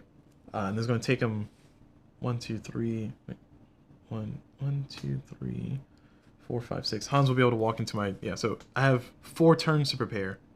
So I have this turn, next turn, and the turn after to prepare. So I got enough time to get some high power cards. So I'm gonna buy the Furious Strike, and I had this close call, right? No, I did not. I'm buying a Furious Strike and a close call. I got rid of the guard. So that's it for my purchasing. Hans is already killed. He's already activated because I skipped my own purchasing phase. And short rest, attack, focus. So we're back to my turn with 6 time. I will do nothing. Oh no, I'll megaphone this person here. So I'm using the megaphone, poor victims, and then in my turn, Hans will now go this way, slash that person, increase himself up here. He's now hitting for 4. And I think we're in a stage where I don't need a megaphone because it's 1, 2, 1, 2, 3. Yeah, Hans will just automatically 1, 2, and then 1, 2, 3, which means 1, 2, 3, 4, 5. 6. Yeah, he can still get me in 6. So I'm not far enough away from him that I won't have 3 turns, but I don't have the megaphone anymore. Okay, so I'm ending my turn with 6 time, and with that 6 time, I will get all these zeros back, of which I will take only the focus, the short rest, and the focus, and the rest I'll leave down there. I'll get 2, 3, 4, 5, 6. I'll get 2 or 1 distraction and 1 improvise. Nope, I lied. I'll get 2 distractions. So that's going to be all 6 of my time spent on that. So it's 1, 2, 3, 4, 5, 6, 7, 8. I'm going to go back and say I discarded this during my action phase. So I'm at 7 time spent. Where is the 7? There it is. So I spend 7 time. So distraction, close call will be my purchase. 1, 2, 3, 4, 5, 6, 7, 8. Okay. Alright, this clears out. Hans is going to activate 1, 2, slash. Then move up. Horror level increases. Oh, crap. Yep. His bloodlust increases. That's not good. He's going to be able to heal. He's going to be able to heal 1. Yeah, he's going to be able to heal 1. Because of this next kill that he's going to get, which is going to be on that poor victim. 1, 2, 3, 4, 5. 1, 2, 3. Yeah, he's going to go for them. So now's my next turn. 1, 2, 3, 4, 5, 6, 7, 8. So I'm going to go ahead and do a focus.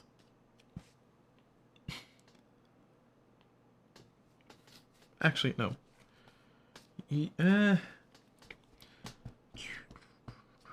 See, the thing about getting the horror level down now is that I'm going to be able to get some cards out of my hand, because these distractions are just to get the horror level down. I'm trying to get it down because I need to get it down, what, 5? I need to get down 6. So I need both focuses to be at least a 1 star, and I need both distractions to be super success. Alright, we're gonna go ahead and start this grinder now. I'm gonna do focus with 1 as a partial success, which is not great. I don't want a partial success, but I will get rid of a short rest and a... Nope, close call on that. Gotta close call it. Gah. Close call again.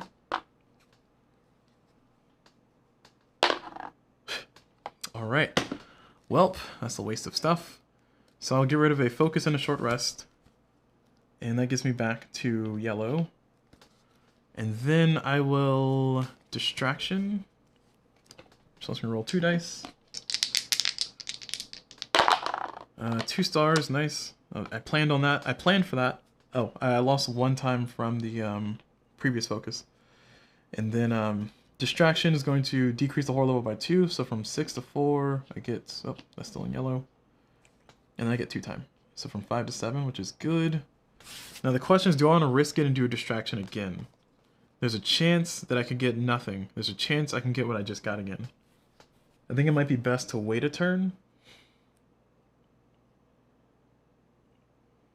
Because next turn... No, I have to do it now. Because next turn, I'm going to force myself to end up buying a Retaliating Guard to survive just 1 round. And I need to do a total of... Well, Han's going to have 12 health. I will need to do a total of 12 to Hans. This is 2... Possibly 3, 4, 5. 6, 7, 8. Then 9, 10. I'm too short. Ugh, that's not great. It's not great at all. I would need a critical blow to make that work then. Yeah, I need to get this horror level as low as possible. Because otherwise I'm going to be in a lot of trouble. So... Oh, you know what? This is getting to the wire. Not in a great way, too, because I forgot Hans could possibly come back. Like, he could possibly not be fully dead.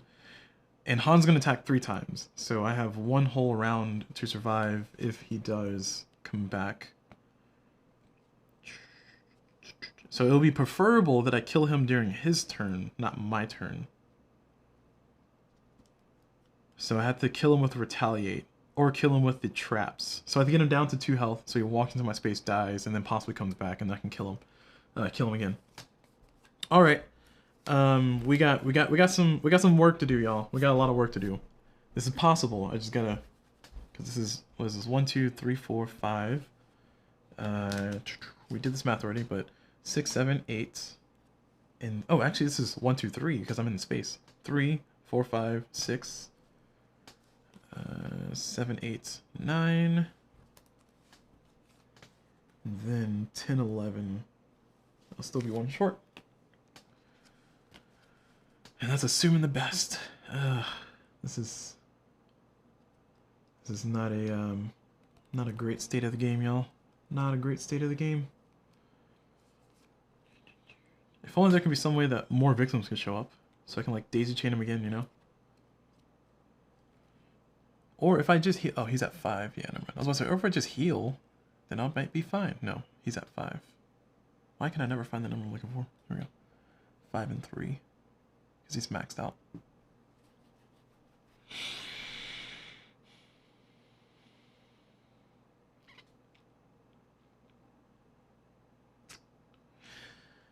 All right, I'm spending a lot of time thinking about this because I'm gonna risk it. I'm gonna have to risk it. I'm gonna spend the time now to do the distraction, and I have to accept this roll.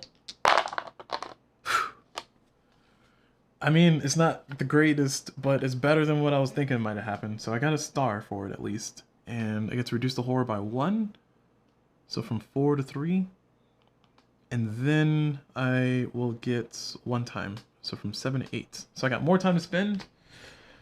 About as best as I could have hoped for right there. About as best I could have hoped for with 1 card in my hand. With the Fierce Strike. I get all these zeros back. Purchase phase is up now. Knowing what I know about next turn, I need all the guard. Well, he's going to go that way. And then the turn after, I'm going to need everything to kind of work out the way I want it to. So I'm going to take these 2 guards. Oh, wait, I can get a critical blow. Nope, I need to retaliate. I'm going to retaliate first. Actually, yeah, I'm going to retaliate first. So that's 4. And I got 4 more left. I cannot sprint far enough away from him because he's moving at 6. The max I can do is move far enough away from him to where he can't hit me. I need at least 1 walk though, so I can try to run away. Because I need to run away at least once. Now the question is, do I take a planning? So we got the retaliate for 4. And we can go ahead and take the 2 guards. Let's do that. Yeah. So we got to retaliate and 2 guards. And that's going to be it. I'm going to put everything back. Now, do I have any focuses? Hold on. No, I got rid of those. Yeah. All right. So these cards are all going to be liberated. All right, we're committing to these cards. Han's going to activate. He's going to go 1, blah, blah, blah. He's going to slash that person, and he's going to heal 1 life. So from 11 to 12. So it's like this game never started. Like, I never did anything except for rescue people, get my power, and that's it. Man, what a strange state of the game. I also got some items, I guess. That counts. So Hans is moving for 6. So he's going to be 1, 2, 3, 4, 5, 6. He has just enough movement to get to me. The only way for me to get away from him is 1, 2, 3, 4, 5. Nope. There's no way for me to get away from him. It's impossible. Also, I have already searched this place, so I forgot to put that there. I cannot search this place again. I gotta go over there and search. Although, I searched this place? Where did I search up here? I don't remember what house I searched up here. I think it might have been the boyfriend's house. Yeah, it was the boyfriend's house. That makes it worse. Yeah. Okay. I forgot to put the marker down. Okay, so Hans is going to come for me next turn. Knowing what I know, I need to survive all of the damage. So I'm back at 6. So I'm going to discard walk. Actually, I'm going to discard... See, this is 1, 2, 3, 4, 5, 6, 7, 8. Only have 8. He's gonna swing 3 times. Alright. I do need at least 1 walk. What I'm trying to find out is if it's possible for me to discard enough cards to buy 2 close calls and critical blow.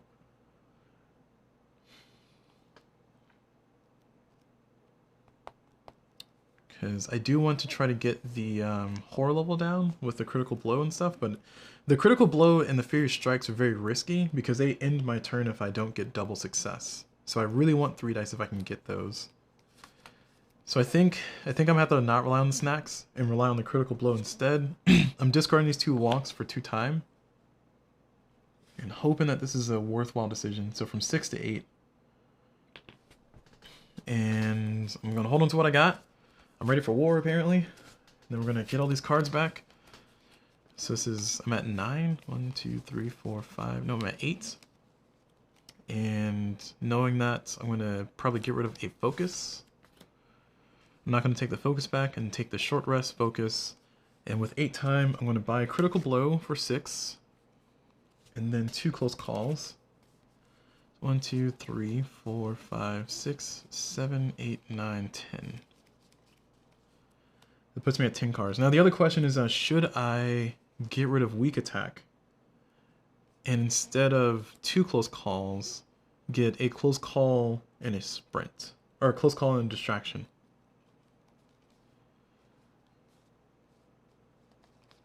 So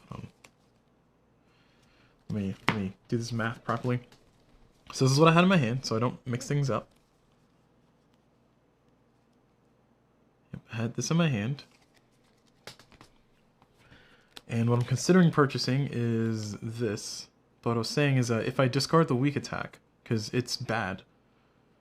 It's bad on a lot of levels. If I discard the weak attack, and that gives me... Oh, that doesn't give me enough time, does it? Never mind. Yeah, because then I'm going to go for improvise instead of 2 close calls. I think I'd rather have the 2 close calls. Okay. And there's no reason for me to get rid of the weak attack, so I'm gonna hold on to it. Alright, okay, we're committing to this. So 1, 2, 3, 4, 5, 6, 7, 8, 9, 10. I'm as geared up as I can possibly be. I found 0 weapons. I got a crucifix, and that's it.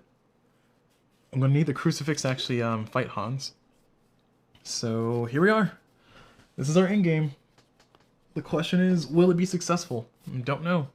So Hans is gonna run. 1, 2, 3, 4, 5, 6. He's gonna get hit by this trap. And the trap does 2 damage. Yeah, if the enemy moves into a house space with the trap, discard the token and the enemy takes 2 damage, plus 1 because I'm in their space. So Hans takes 3, so it's from 12 to 9. Very familiar. I feel like I've been here before. And now is the time where I need my dice rolls to not be awful. So Hans is going to swing. He's going to swing 3 times total. So we'll do the guards first.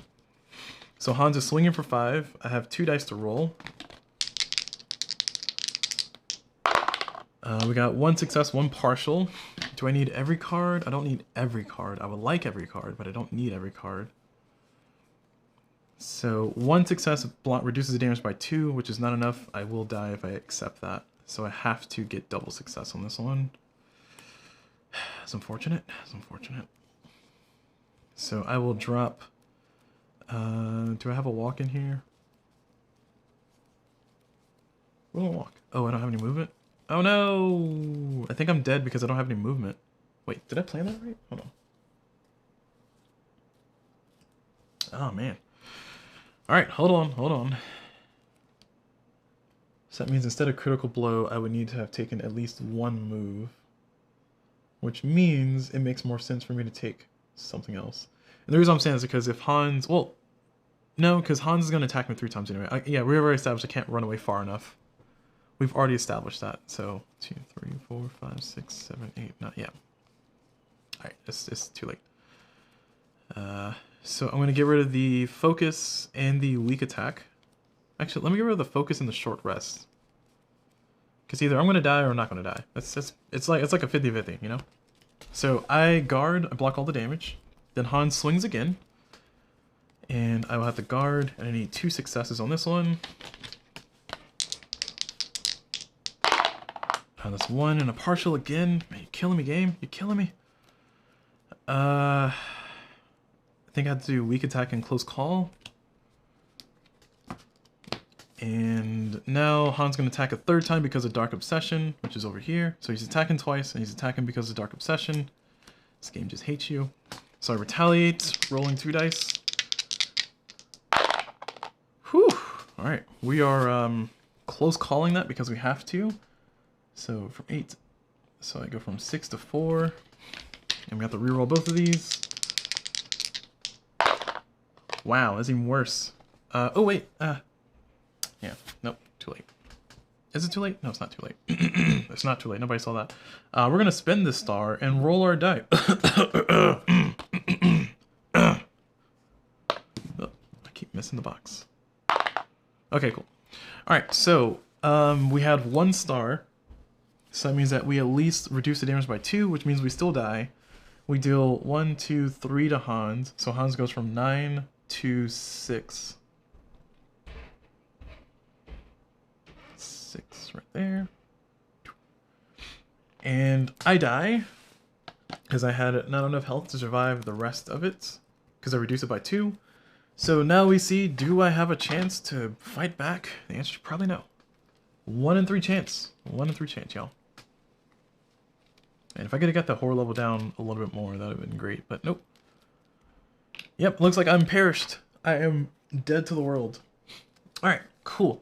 So that is it. That's about as optimal as I could have played that, in my particular opinion. One could make an argument that maybe I should have taken some more items. But given the items that I found and searched for and got, it didn't work out. The crucifix from earlier definitely did get me to a situation to where I could actually play to this far. I could have theoretically played the other crucifix to stop him from moving into my spot to give myself a little bit more time. But then I would have to find another crucifix to actually fight him, so it all goes back down to yeah, this is kind of the game. Even if I would have won that, I still would have felt the same that I still feel in general about the mechanics and the flow of this particular game, which mostly is like, I feel like it relies on the dice a little bit too much. You spend a ton of time rolling 2 dice. And when you spend so much time rolling 2 dice, and it's so important for you to have the rolls that you have or that you need, then you get to a situation to where these stats are just not sufficient enough. Like, I don't know if the game gives you enough tools. I would argue that the mods, especially tenacity counters, give you enough tools to maybe make it, to possibly make it. But odds and ends completely. I mean, yeah, I did what, 6 damage to him, 4 damage to him total. No, 5. I did 5 damage to him total. I didn't really do much. The next item would have been Lucky Dice from the southwest, and the other item would have been Trash Can Lid. That could have been useful. From the northeast, which is up here, we have, oh, there's the other crucifix, and a pitchfork. That would have been great. Discard at any time to prevent damage from a single attack. Meh. Southeast, let's see, what do we have southeast? We got, ooh, machete. Victims will not follow you while you have the machete in hand. So yeah, maybe if I found the machete, I would have a chance to actually take out Hans. And the other one is Bible and Fireworks. Fireworks would be nice because I can make Hans move somewhere else and let the distraction go. But yeah, but given the cards that I found, given the cards that I located, I feel like this is kind of the best I could have possibly ended up at.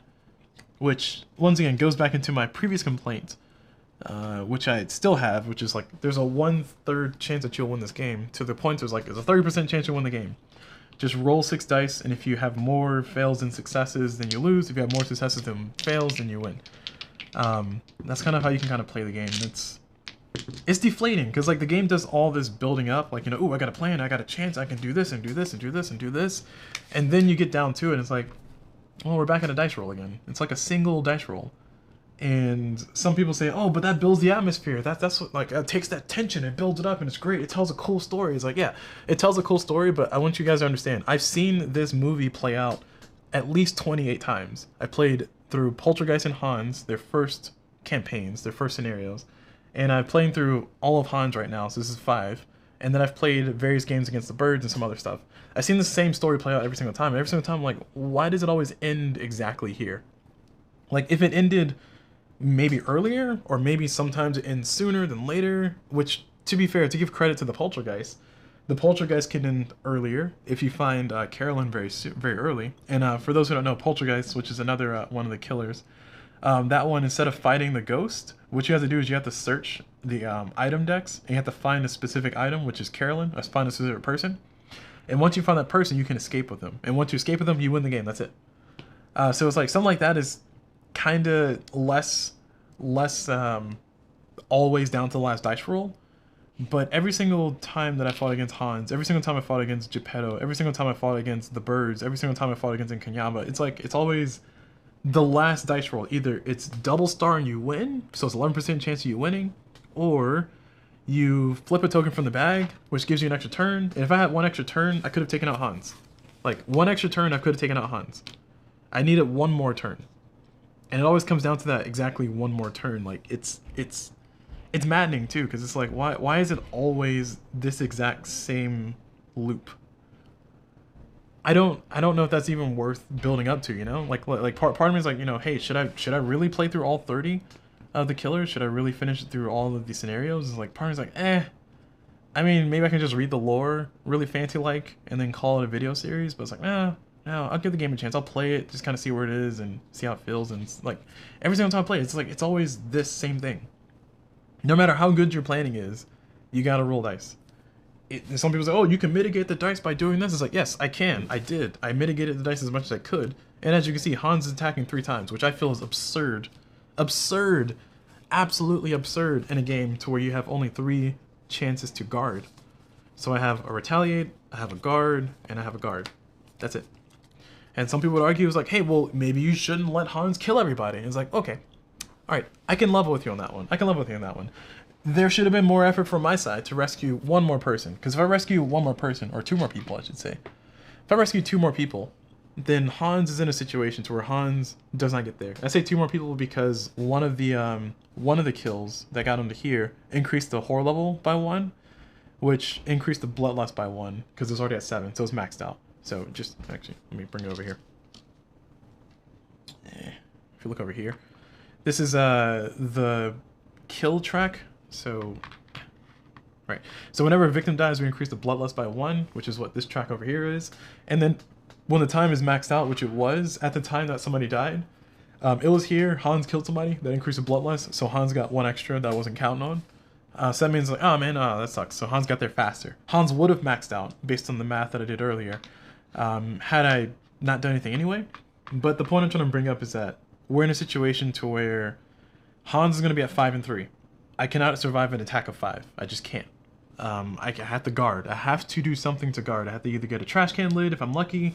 I have to get a defense card and roll properly if everything goes well. And then even on these guard cards, we're in a situation to where I needed to have, essentially, I need to have 3 consecutive turns, 3 consecutive rolls, to where I had 2 stars. And the chances of me doing that 3 times in a row are not that high. Now, if my stats can raise significantly, if we look at it as I have a 44% chance of getting a star plus a half star, or a full success plus a partial success, so my chances increase significantly because we go from 11% to 44%. But I got to do that 3 times in a row, and then I also have to have enough cards. So let's say worst case scenario, bare minimum, I should say, not worst case, but bare minimum in the situation is that, where'd my pointer go? There it is. Bare minimum in the situation is that I roll dice and I end up with partial successes for everything. So I end up with partial successes across the board. It's a little bit of a rare scenario because there's only 11% chance that that'll happen each time, but we're just going to assume worst bare minimum case scenario, which is I got partial success on everything. So I roll 2 dice for guard, I get partial successes, I got to discard 4 cards to make that good. And then retaliate comes, or guard again, I do a guard again, and then I roll 2 dice and I got to discard 4 more cards. I have a max hand size of 10. I can only do that twice. So that means that I've played a guard, discarded 4 cards, played a guard, discarded 4 cards. Hans has a 3rd attack. I can't even play the card because I had to discard the retaliate to even make it that far. So then the question becomes, like, why even bother guarding? Why not just take the hit? Because I know I'm going to die. And then just draw the token and see if I have another turn. That might have been a better use of my resources in hindsight. But there's a 1 in 3 chance that I actually make it. And by that I mean, in this bag, there are only 3 tokens with hearts. Like so. Like that. Where did it go? There we go. There's 3 tokens with hearts that mean you come back, and there's 6 without hearts. There's 6 that are blank. And the mechanic that this is trying to build off of is that, oh no, the final girl will come back, or it's like you watch the horror movie and like the killer dies and then they come back and it's like, oh my gosh, the killer came back, now I gotta fight again. That as a mechanic is awful. Specifically because of how it's based. Now, if it was a situation to where if Hans kills a certain number of people, then he will come back. That's different. If it's a situation of if I rescue a certain number of people, then I will come back. That's different. Like that changes up the thing. That means you can strategize around it. So I think in the future, like maybe I'll modify it myself to where if I rescue X number of people, like if I rescue more people than Hans, then I have an extra life. If Hans or if the killer kills more people than I rescue, then they get an extra life. And I feel like that might be a good way to kind of put the tension, because you kind of lose motivation to rescue more people once you get your superpower. I mean, yeah, I get 1 additional time for each victim saved. That's kind of, that they pay it off in the end, kind of. But it's also very bare minimum, so I don't know. That as a mechanic in a game where dice already exist is absurd, because it's like, okay, Hans is attacking 3 times. That's already problematic. And then on top of that, I have a 1 in 3%, 33% chance that I'll come back alive. If I come back alive, now I gotta fight Hans, and like I said, I would have won had I come back, assuming that my dice rolls were actually cooperating, because I had a Fierce Strike and I had a Critical Blow, I think. Where'd the Critical Blow go? I don't know where it went. Did I have a Critical Blow? Yeah, there it is. It's under here. So I had a Critical Blow and a Fierce Strike, so that means that I would have been able to do it, assuming that I get at least a double success on this one. So if I get a double success on this one, that's 1, 2, 3, 4, and that means I need 1 success on this. So that means my chances to win go up exponentially if I come back alive. In this case, I didn't come back alive. So even if we play it out, let's say I came back alive. I came back alive with 1 health. That's the most ideal scenario for me, because now I get to roll 1 extra die, which is even better. So now I come back alive with 1 health, and I do a Critical Blow, which I'll roll 3 dice because I'm at 1 health. And oh. Okay, I probably wouldn't have made it anyway, because, no, I had these cards left, right? Yeah. I think I had these cards left. Did I have these cards left? No, I did not. I had no cards left. I don't remember what cards I had left in my hand. I feel like I had these cards played already. And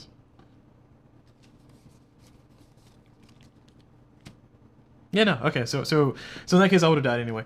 So that would have been 1, 2, 3, and then I lose 2 health, the horror goes up, and then my turn ends. So 3 is not enough to take out Hans, because I need to get him down from 6 to 0. And if I kill Hans at the same time Hans kills me, then the final girl wins. So in that situation, I could have won if I had, if he didn't heal that one time, maybe that's what it comes down to. But as you can see, I needed one more turn, as in I needed to come back alive to actually be able to take out Hans, because I only have 3 guard cards. I have an insufficient amount of resources to actually take out Hans. Yes, we can make the argument, we can make the discussion point, the very valid discussion point, that if you search harder, that you can actually find good items. It's like, yes, I agree. Instead of me spending all that time sitting here doing nothing and collecting cards, I could have moved around and searched for more stuff. But at that point, it's kind of a grab bag, because if I get 1 success, then I get a crucifix. So that means that, yeah, I can prevent Hans from coming in 1 turn. And then let's assume I go down to the southeast somehow and I get another item. Energy drink. 3 more time. Move 1 space.